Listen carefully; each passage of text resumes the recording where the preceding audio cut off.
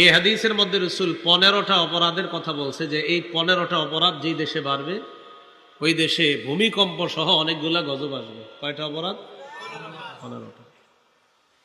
قال رسول الله صلى الله عليه وسلم, নবীজি বলেন, ইদা তুহিজাল ফাইউ দুআলা, যেই দেশের মধ্যে যুদ্ধলব্ধ গনিমতের সম্পদ,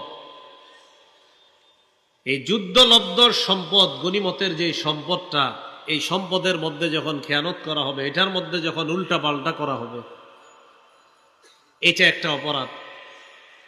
2 নাম্বার হল আমানাতু মাগনামা, আমানত লুটের মালে পরিণত হবে। যেমন ঢাকার একজন মনে করেন এই পূর্ব নরোত্তমপুর এই এলাকায় আমাকে পাঠাইছে 10 বস্তা চাউল 10টা গরিব ফ্যামিলিতে দেওয়ার জন্য আমারে পাঠাইছে।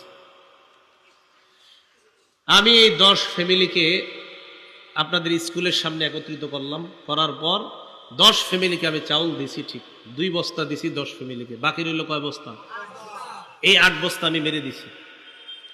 এটা আমার কাছে আমানত ছিল, এই আমানত লুটের মালে পরিণত যখন হবে, এটা দ্বিতীয় অপরাধ।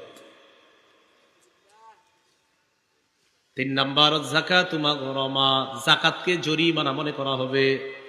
যাকাত চাইতে যাবেন, হ্যাঁ আমি কি ঠেকা তোমারে যাকাত দিব? জরিমানা মনে করবে। যাকাত দিতে কেন দিব? আমার টাকা আমি কেন দিব? এরকম ভাবসাব। 4 নাম্বার তুআল্লিমা লিগাইরিদ্দিন, ধর্ম বিবর্জিত শিক্ষার সয়লাব ঘটবে, প্রচার প্রসার ঘটবে। এটা 4 নাম্বার। 5 নাম্বার আতাআর রাজুলু ইমরাআহ, অনুবাদ করব 5 নাম্বার, পুরুষ তার বিবির পূজা করবে, পুরুষ তার বিবির আনুগত্য করবে। 6 নাম্বার আক্কা উম্মা, মায়ের নাফরমানি করবে। 5 নাম্বার বিবির আনুগত্য করবে, 6 নাম্বার মায়ের নাফরমানি করবে। 7 নাম্বার আকসা ওয়া আদনা সাদিকা, বন্ধুদেরকে কাছে টানবে। 8 নাম্বার আকসা আবা, বাবাকে দূরে ঠেলে দিবে। বন্ধুকে কাছে টানবে, বাবাকে দূরে ঠেলে দিবে। কিরে বাবা এখনো ঘুমাস না কেন? রাত 12টা বাজছে। আব্বা আপনি এই যুগের মানুষ না, এত কিছু বুঝতেন না, ঘুমান যান।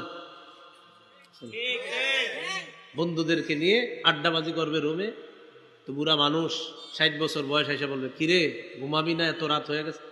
আব্বা আপনি এই যুগের মানুষ না, আপনি এত কিছু বুঝতেন না, যান আপনি ঘুমান, আপনি খুব বুঝছেন, উনি ঠিকটা বুঝছে, আপনি উল্টাটা বুঝছেন। বন্ধুদেরকে কাছে টানবে। 8 নাম্বার বাপরে দূরে ঠেলে দিবে।